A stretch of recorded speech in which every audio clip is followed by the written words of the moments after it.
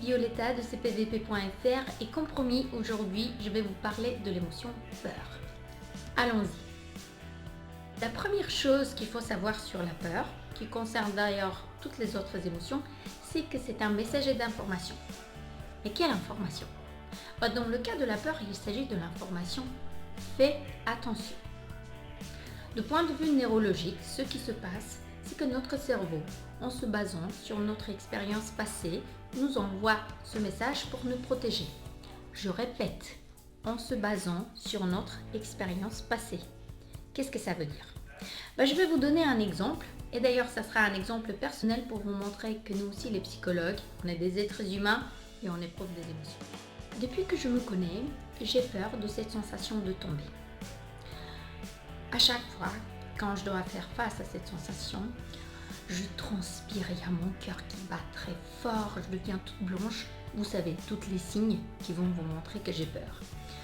Le pire, c'était que je ne savais pas d'où venait cette peur. Pour moi, c'était pas logique.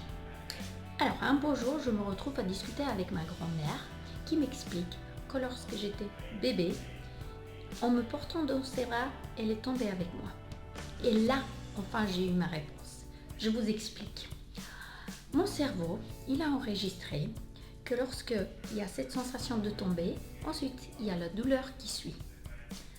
Ça, c'est resté enregistré dans ma tête, inconsciemment. Et du coup, à chaque fois quand je vais faire face à cette sensation, il y avait mon cerveau qui m'envoyait le message « Fais attention, là tu vas avoir mal, là tu vas avoir mal ».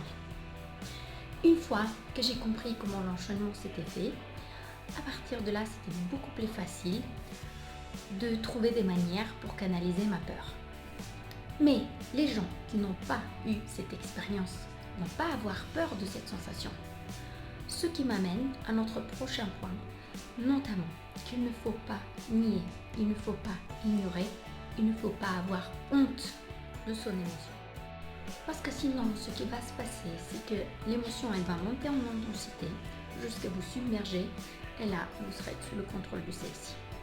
Je reprends mon exemple.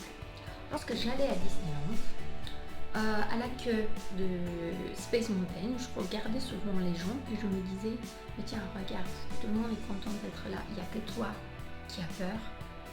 Il ne faut pas que tu aies peur, arrête d'avoir peur. » Sauf que c'est pas si simple d'arrêter d'avoir peur, surtout si on ne sait pas d'où elle vient cette peur. De plus, les autres, ils n'ont pas eu la même expérience que moi, donc ils ne vont pas avoir peur de cette sensation. Il est très important de ne pas comparer parce qu'on a tous des vies différentes et on ne peut pas comparer. Vous avez le droit et vous avez des raisons pour avoir peur. Et maintenant, on va parler des différentes manières qui existent pour canaliser votre peur. Il y a des différents courants qui préconisent différentes techniques. Ce qui est très important, c'est l'intensité de votre peur. Et plus particulièrement, ce qui est très important, c'est de détecter le plus tôt possible votre peur pour que l'intensité de cette émotion ne monte pas très haut. Par exemple, moi, ce que je faisais en attendant à la queue de Space Mountain, c'est je regardais, je me concentrais, focalisais sur des différents éléments qui m'entourent. Par exemple, là, il y a une coccinelle. Ah tiens, là, il y a une tache. Mais c'est sale en fait ici. C'est quoi ça comme type de vêtement? Je comprends pas. Elle a des cheveux orange ou c'est moi qui ne vois pas quelque chose comme il faut, etc., etc. Puisque ça va vous permettre de vous focaliser sur autre chose et non pas sur votre peur. Si jamais vous vous retrouvez dans la situation où finalement il y a votre peur qui commence à monter et que vous n'arrivez pas à vous concentrer sur d'autres types d'éléments qui vous entourent, ce que vous pouvez faire aussi, c'est d'aller et dire à quelqu'un à voix haute « J'ai peur ». Rien que le fait de faire ça va vous permettre de faire descendre un petit peu l'intensité de votre peur, de prendre conscience que vous avez peur, ce qui va libérer un petit peu plus d'espace dans votre cerveau pour chercher une solution et canaliser votre émotion. J'espère que toutes ces informations vous ont été utiles. Et vous, quelles sont vos manières pour canaliser votre peur? J'attends avec impatience vos commentaires et je vous dis à très bientôt.